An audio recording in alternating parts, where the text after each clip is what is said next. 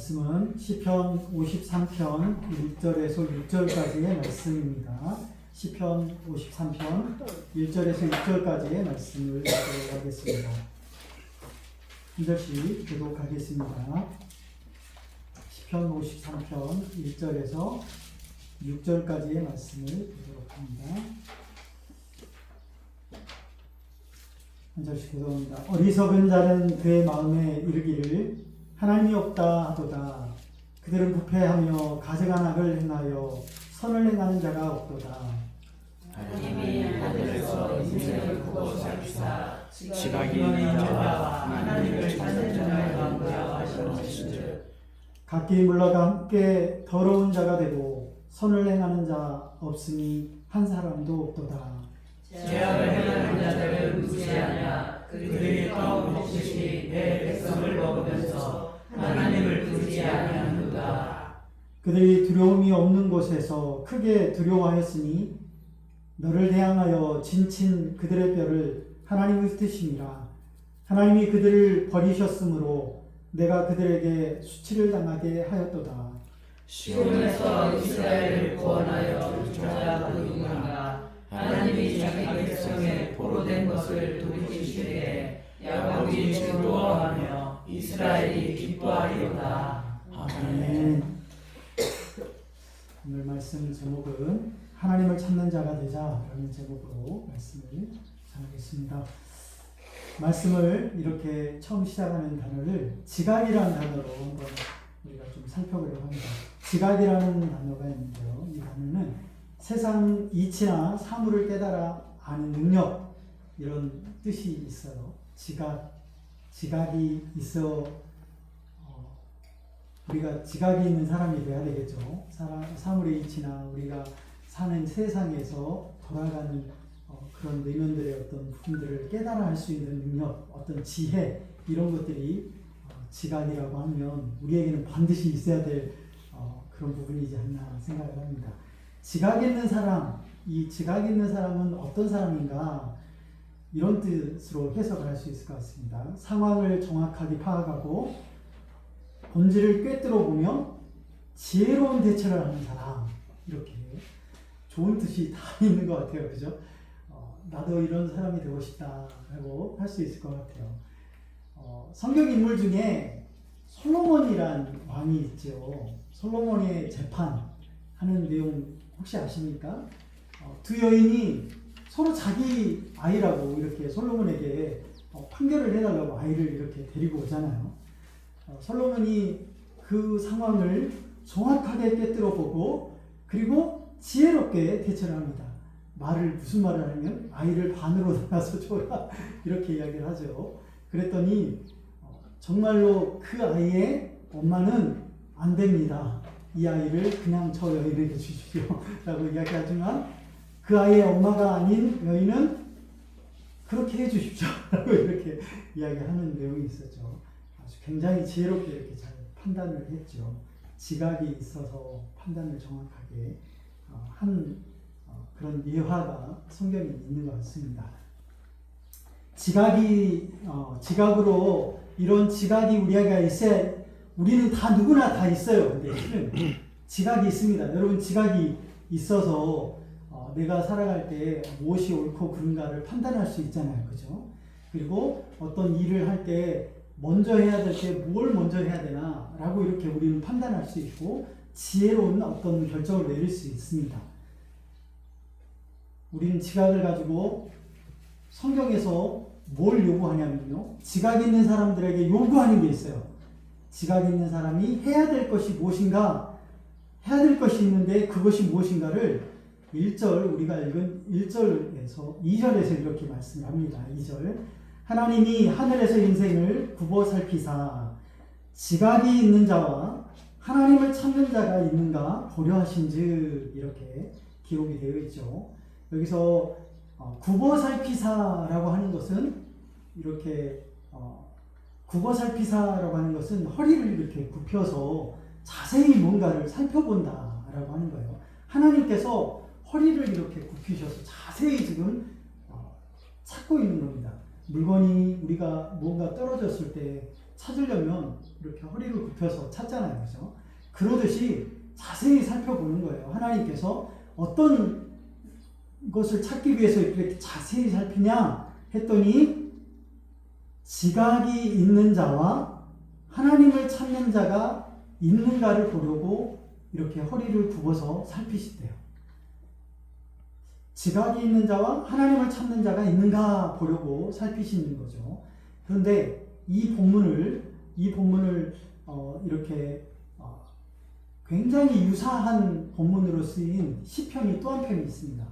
그 내용이 시편 14편인데 그 14편에도 이런 내용이 있어요. 14편 2절에 여호와께서 하늘에서 인생을 굽어 살피사 지각이 있어 하나님을 찾는 자가 있는가 보려 하신즉 이렇게 하고 있어요. 그러니까 위에서 다른 부분은 뭐냐면 있는 자와 이렇게 했는데 지각이 있어 라고 이런 부분, 이 부분만 다르고 나머지는 다 똑같은 내용이죠. 완전히 똑같은 내용인데 원어적 의미로는 14장 2절 말씀으로 해석을 하는 게 더 정확하다라고 이렇게 주석가들을 이렇게 이야기를 합니다. 그러니까 말하자면 어떤 거냐면 지각이 있는 자와 하나님을 찾는 자가 있는 것을 보는다라고 이렇게 나눠져 있지만 실은 지각을 가지고 하나님을 찾는 자가 있는 것을 보고 계신다라고 하는 것으로 이해하시면 될 것 같아요. 그래서 지각으로 뭘 해야 된다라고 말씀을 하냐면 하나님을 찾는 사람이 돼야 되는 것을 하나님이 요구하시고 계시다라고 할 수 있습니다. 여러분 우리가 지각으로 뭘 해야 될까요? 하나님을 찾는 자가 되어야 될 줄 믿습니다. 매 순간에 우리가 지각을 가지고 하나님을 찾는 자가 되어야 될 것인데 그런데 불행하게도 우리가 읽은 시편 53편 1절 말씀에는 그렇게 지혜로운 사람이 없는 것 같습니다. 어리석은 자가 등장해요. 어리석은 자가 등장을 하는데 1절에 보면 어리석은 자는 그의 마음에 이르기를 하나님이 없다도다 라고 이렇게 말을 한답니다. 그들은 부패하여 가증한 악을 행하며 선을 행하는 자가 없도다 이렇게 말씀이 기록되어 있어요. 어리석은 자는 누구인가 이렇게 살펴보니까 1절에서 하나님이 없다라고 하는 사람이 어리석은 자다라고 기록하고 있어요. 그런데 하나님이 없다라고 하는 것을 두 가지 개념으로 이렇게 살필 수가 있습니다. 첫째는 하나님 존재를 부정하는 사람이에요. 여러분 우리는 하나님이 계신 것을 믿고 있는 믿음의 사람인 줄 믿습니다. 네. 우리 신역교회 모든 성도님들은 하나님을 믿고 계시죠? 네. 아멘? 네. 박은수 성도님 네. 하나님 계시죠? 네. 아멘? 네. 아멘입니다. 하나님이 계셔요. 우리는 하나님이 계신 것을 믿고 있습니다. 그래서 이 부분은 해당이 되지 않나요? 그런데 두 번째 부류의 사람이 있습니다. 그것은 어떤 사람이냐면 하나님의 존재는 인정하면서 삶에서는 부정하는 사람이에요. 불행한 상황이죠. 오늘은 이 부분을 주목해서 살펴보고자 합니다. 하나님이 존재하신다, 하나님이 계신다라고 하는 것을 인정하면서 삶으로 살아가는 삶에서는 하나님이 없는 사람처럼 산다는 것을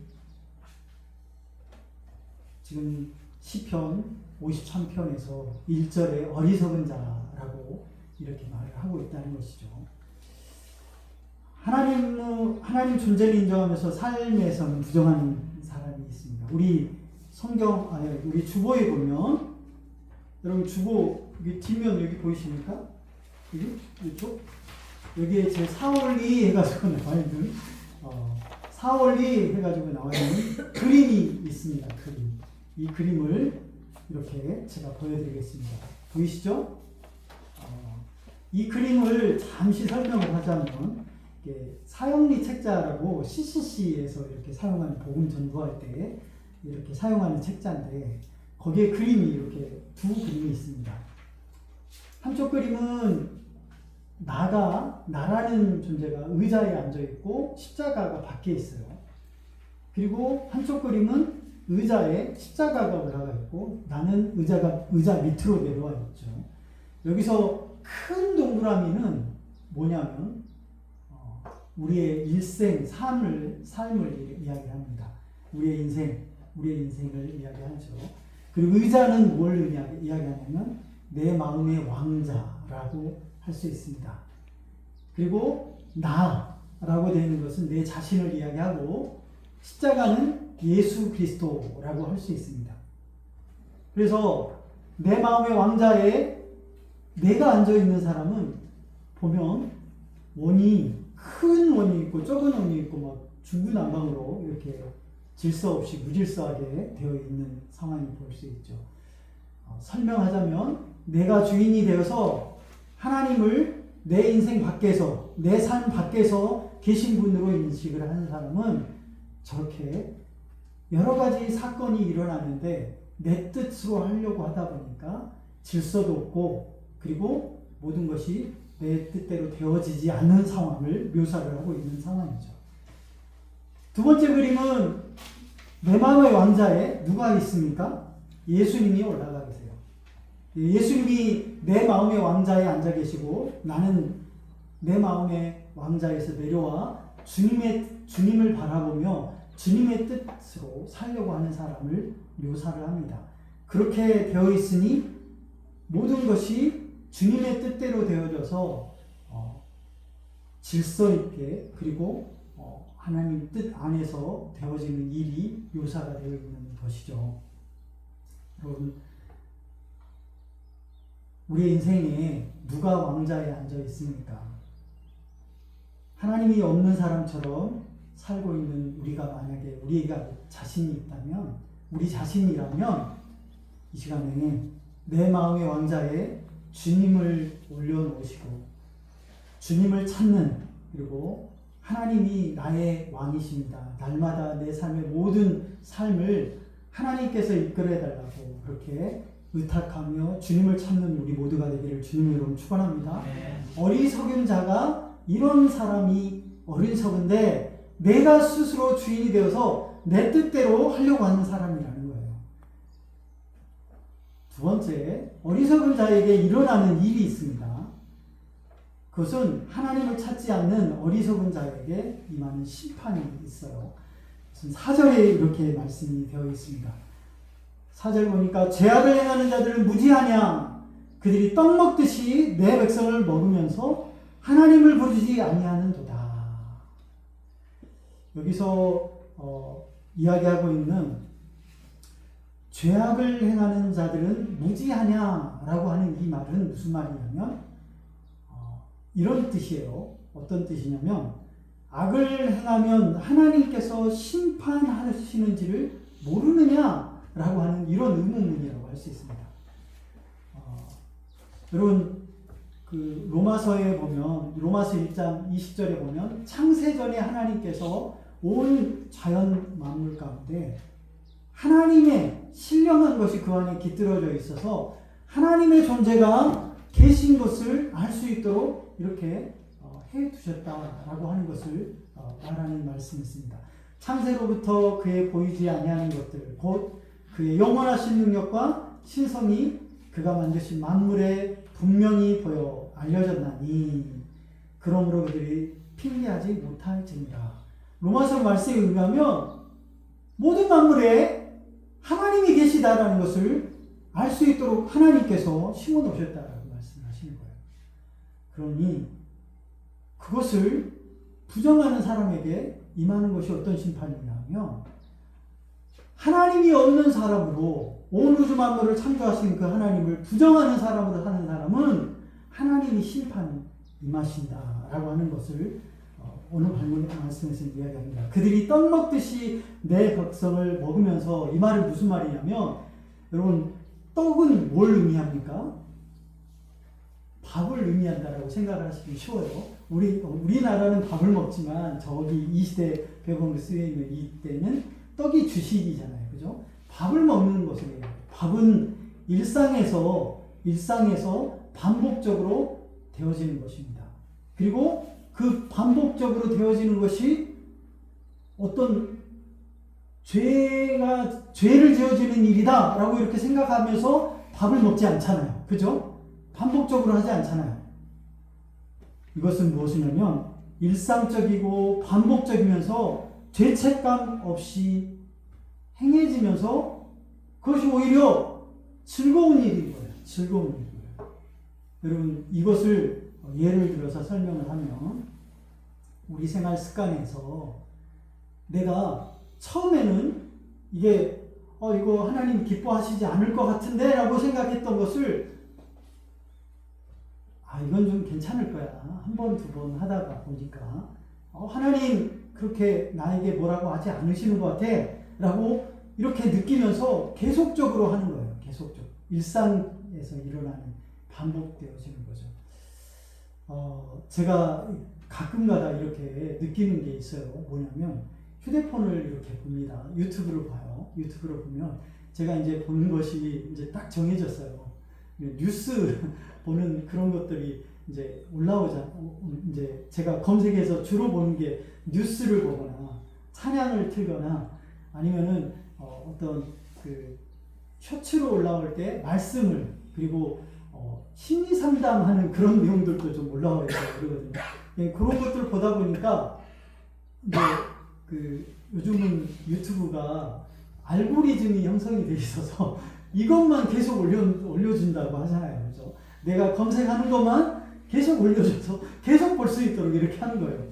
제가 어느 순간 보다 보니까 1시간, 2시간, 2시간만, 3시간만 이렇게 시간이 쑥 가는 거예요.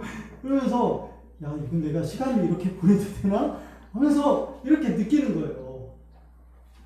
그런데 보다 보니까 내가 관심 있는 것이 계속 뜨니까 계속 봐지면서 시간을 막 이렇게 보내고 있더라는 걸 확인하게 되는 거죠.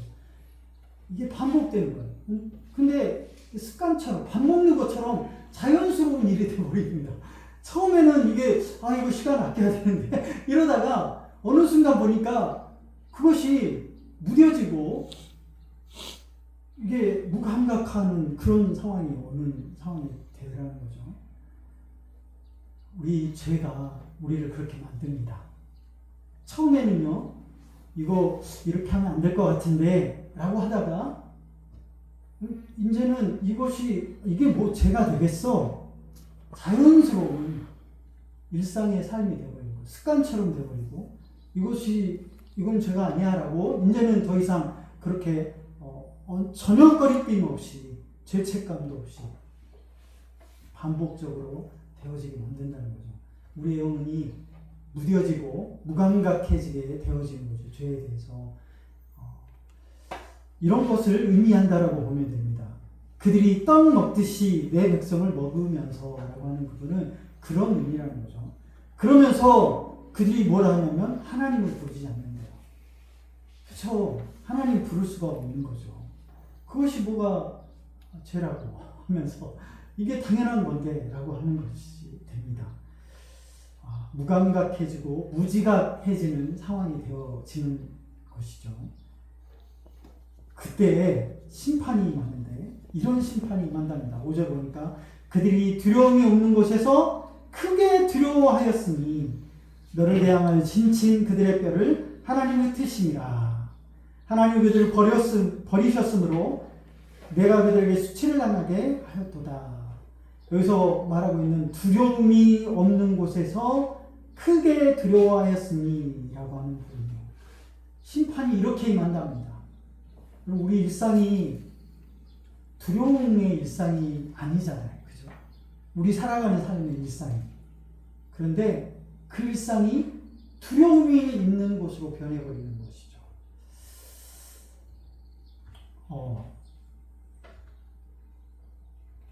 열왕기하 19장 35절 36절에 보면요, 이런 말씀이 있습니다. 이 밤에 여호와의 사자가 나와서 아수르 진영에서 군사 18만 5천 명을 친지라. 아침에 일찍 일어나 보니 다 송장이 되었더라. 아수르 왕 사네립이 떠나 돌아가서 니느웨에 거주하였더니. 열왕기 19장의 배경은 어떤 거냐면 이 아수르라는 나라, 이 강대국의 나라가 북이스라엘을 점령을 하고 남유다까지 이렇게 침범을 했어요. 남유다를 점령하려고 왔는데 남유다의 여러 그 성문을 다 회파하고 마을들을 회파하고 정복하고 가까스로 도망을 해서 예루살렘 성 안에 이제 갇혀 있는 상황입니다. 그 아수르가 이렇게 쳐들어와서 이제 남은 곳은 예루살렘 성밖에 없는 상황에 있어요. 그때 아수르의 왕 사네립이 이렇게 있었고, 이 사네립의 군대 장관이 랍사게가 있었어요. 랍사게. 이 랍사게가 그들 앞에서 하나님을 저주하고 믿지 말라라고 저주하면서, 그리고 그 항복을 해라, 이렇게 이렇게 이야기를 합니다. 그때 하나님을 저주하면서 이렇게 하는 그 내용을 들은 그 히스기야 왕이, 그때 왕이 히스기야였는데, 히스기야 왕이 예루살렘 성전 안으로 들어가서 하나님께 무릎 꿇고 기도하기 시작합니다. 그때 이제 그렇게 기도할 때 하나님께서 이사야를 통해서 말씀을 해주시죠. 이사야를 통해서 말씀하시는데, 그들이 너희의 이 성을 점령하지 못할 것이다 라고 이렇게 이야기를 하세요. 우리 하나님 여호와여, 이제 우리를 그들의 손에서 구하여 주십시오 라고 이렇게 기도하는 내용을 들으신 거죠. 그러면서 결국은 그들이 하룻밤 지나고 나서 모두가 시체가 되어버리는 상황이 보입니다. 그리고 사네립이 부랴부랴 긴급하게 니느웨로 도망을 가게 돼요. 거기 그 전쟁에서. 그 내용이 열왕기하 19장 35절 36절의 이 말이에요. 이 밤에 여호와의 사자가 나와서 아수르 준영에서 군사 18만 5천 명을 친지라라고 이렇게 말씀하신 거죠. 18만 5천 명이 하룻밤 사이에, 여러분 어마어마한 군대지 않습니까? 공주시의 2배입니다. 시민의 2배랍니다. 공주시가 9만밖에 안 돼요. 공주시의 시민의 2배가 하룻밤 사이에 그냥 하나님의 치심으로 다 죽어버린 상황이에요. 여러분 어마어마한 군대가 있는, 그리고 예루살렘 성을 완전히 에워싸가지고 있는 그 군대가 두려움이 있었겠습니까? 두려움이 없었어요. 근데 그 두려움이 없이, 야, 저 성은, 예루살렘 성은 이제 멸망했다. 우리가 반드시 승리한다. 저들은 아무것도 아니다라고 그렇게 생각을 했을 거예요. 두려움은요, 생각할 수도 없죠. 그냥 의기양양하고 그냥 승리에 대한 확실한 어떤 그런 것들로 있었을 상황 아니었겠습니까? 그런데 두려움이 밤사이에 몰려왔어요. 두려움이 없는 장소가. 그렇게 하나님이 없다라고 하는 사람에게 그런 두려움이 몰려오는 상황이 온다라고 하는 것이죠.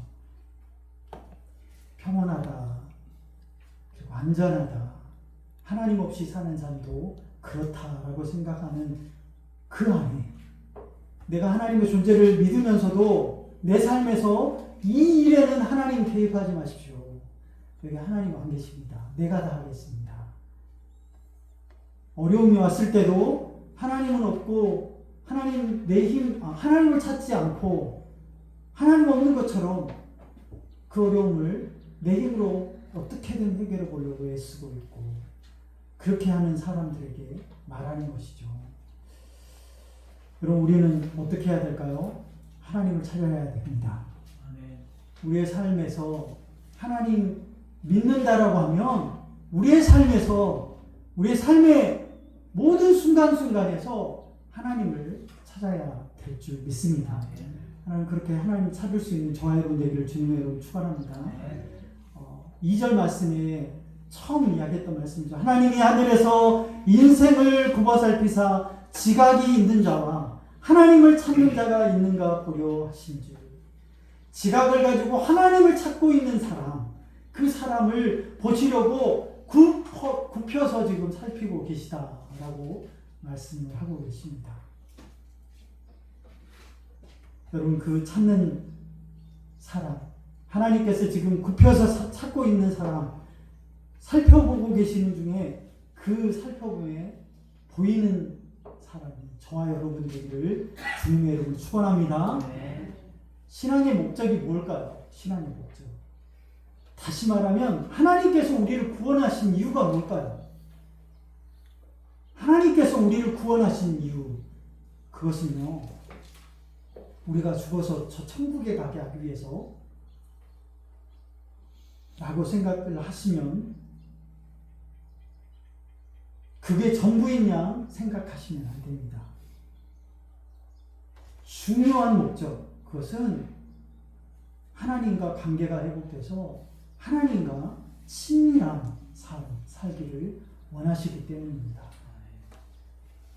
우리가 하나님 믿고 하나님의 자녀가 된 이유가 단지 구원 얻어서 천국 가는 걸로 생각하시고 살지 않기를 바랍니다. 하나님과 관계 안에서 하나님과 친밀해지고 하나님이 내 하나님이다 라고 그 마음 안에서 그래 하나님 살아계시지, 내 삶에서 함께 해주시고 내 삶을 인도하신 분이시지, 내가 그분 앞에 나아가야지, 내가 그분을 사랑해야지 라고 하는 이 마음들이 늘 마음 안에서 이렇게 올라오는 삶, 그 삶을 살기를 원하시는 거예요.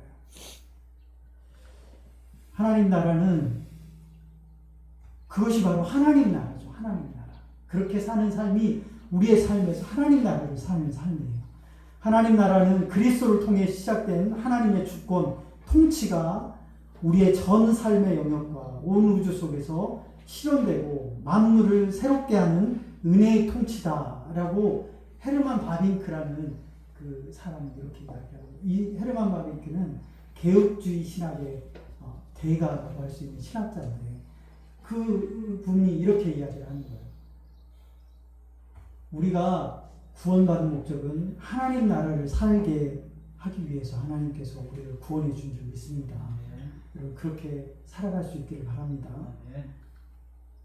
6절에서 이렇게 말씀합니다. 시온에서 이스라엘을 구원하여 줄 자가 누구인가? 이스라엘을 구원해 줄 자가 누구인가? 여러분 바꿔 말해 볼까요? 내 삶에서 내 삶을 이끌어갈 사람이 누구인가? 하나님을 찾으시기 바랍니다. 톨스토이, 우리가 잘 알고 있는 러시아의 대문호라고 할 수 있는 이 사람이잖아요.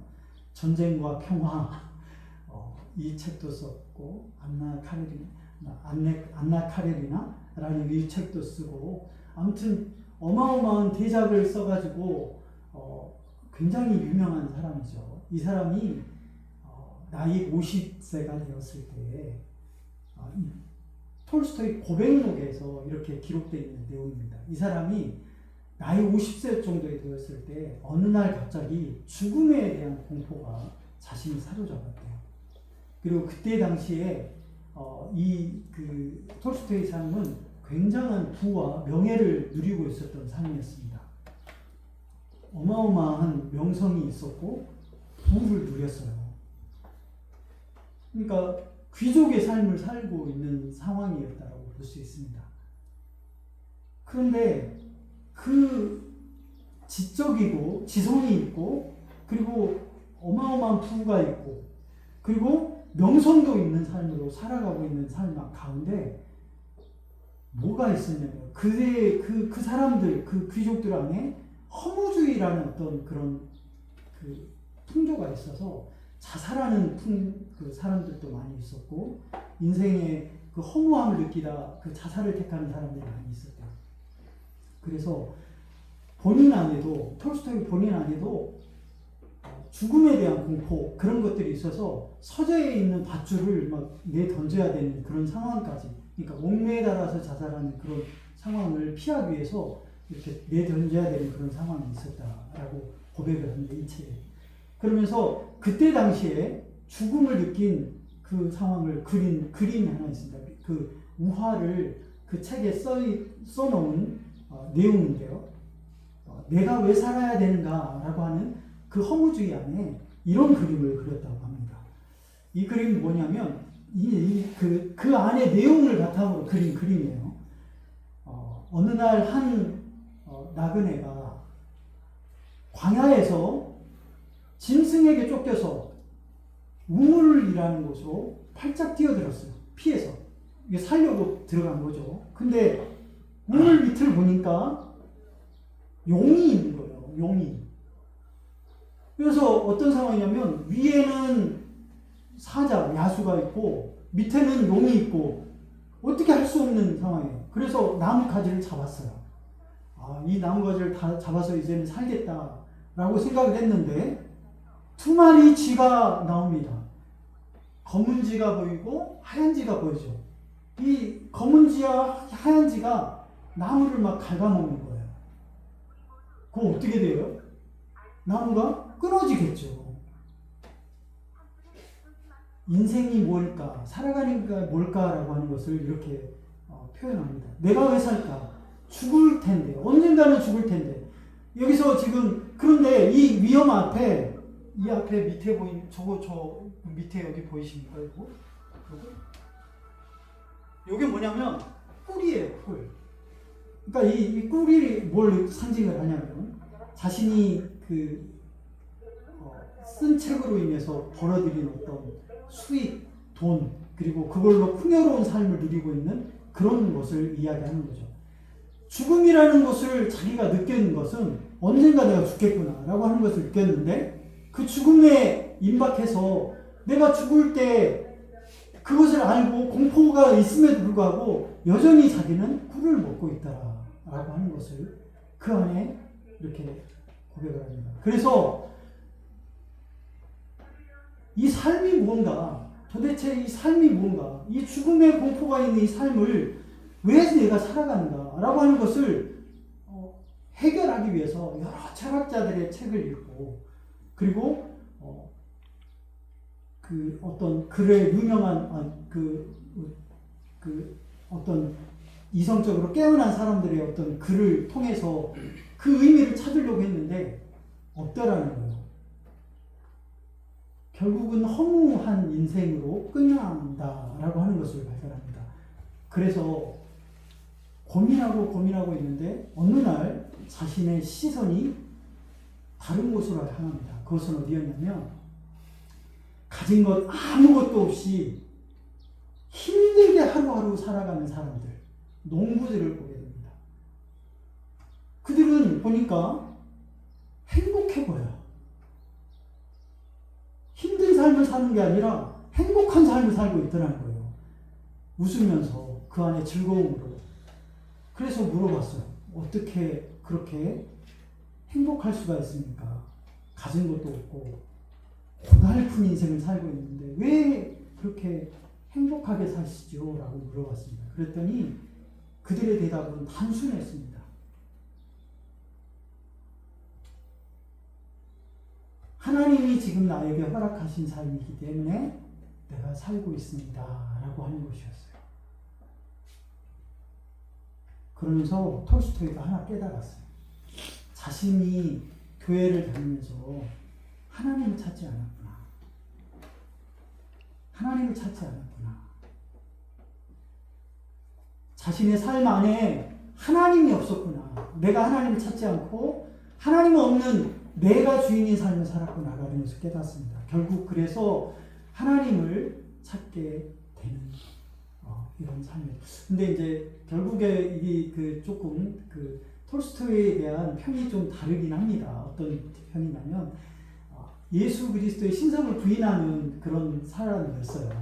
신성, 그러니까 삼위일체 하나님, 그리고 어떻게 동정녀 마리아에게 태어날 수 있어? 사람. 그러니까 인간 예수로만 이렇게 받아들인 그런 부분들 때문에 좀 큰 어떤 문제가 되는 그런 부분이 있긴 있었지만, 그러나 그의 삶에 우리가 좀 발견해야 될 부분은 뭐냐면, 그가 50세 이후에 삶이 달라졌습니다.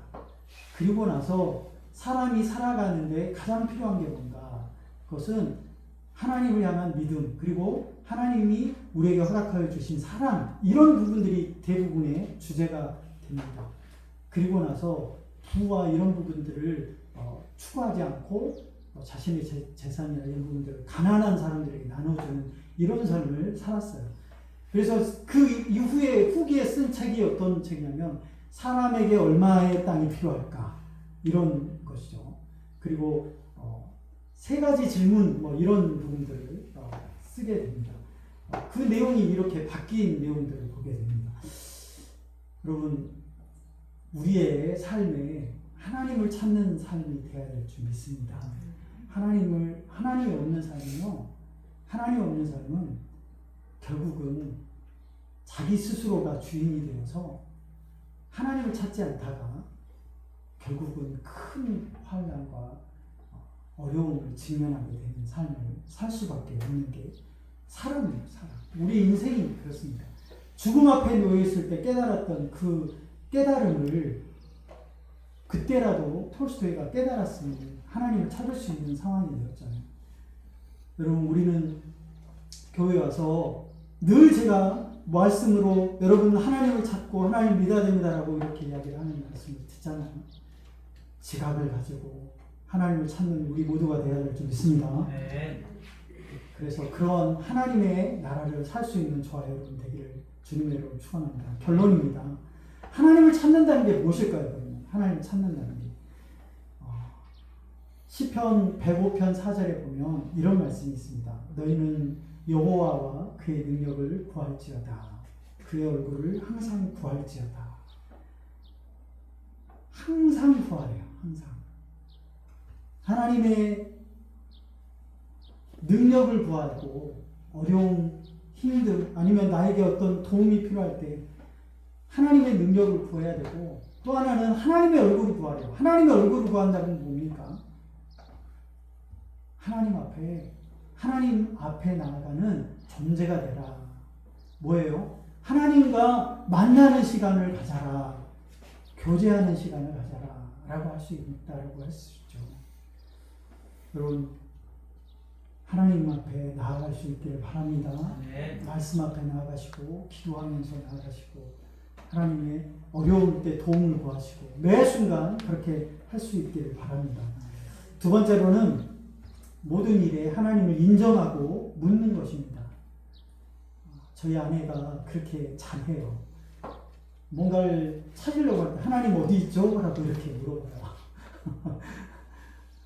물어봐요. 이게 그렇지만 그게 하나님을 인정하는 거예요. 하나님 도와주세요. 하나님 찾을 수 있도록 도와주세요. 이렇게 하는 거잖아요. 자그마한 것이라도 매 순간 하나님을 인정하고 하나님을 찾으시 바랍니다.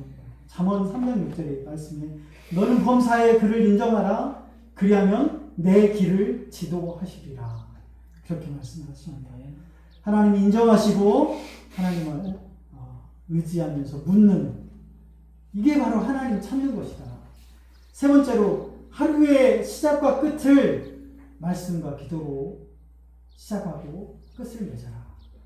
여러분, 우리의 삶이 시작이 있으면 끝이 있습니다. 시작과 끝을 하나님께 우리 마음을 들이면서 말씀을 들으려고 하고 우리 마음을 들이며 기도하고 이렇게 시작한다는 거예요. 그리고 마무리 지을 때도 이렇게 할 수 있는 삶. 우리 모두 지금 성경 일독을 하고 계시죠? 네. 눈을 떴을 때 말씀을 먼저 읽고 그리고 그 말씀으로 기도하고 이렇게 하며 그리고 눈을 감을 때도 오늘 말씀이 뭐였지 한 번 더 보면서 이 말씀이었지. 그래 내가 어떻게 살았나 말씀에 또 한번 비춰보기도 하고 여러분 이렇게 하나님을 찾으며 나아갈 수 있는 우리 모두가 되기를 주님의 이름으로 축원합니다. 네. 기도하겠습니다. 하나님 감사합니다. 하나님 어리석은 자는 하나님이 없다라고 말한다고 합니다.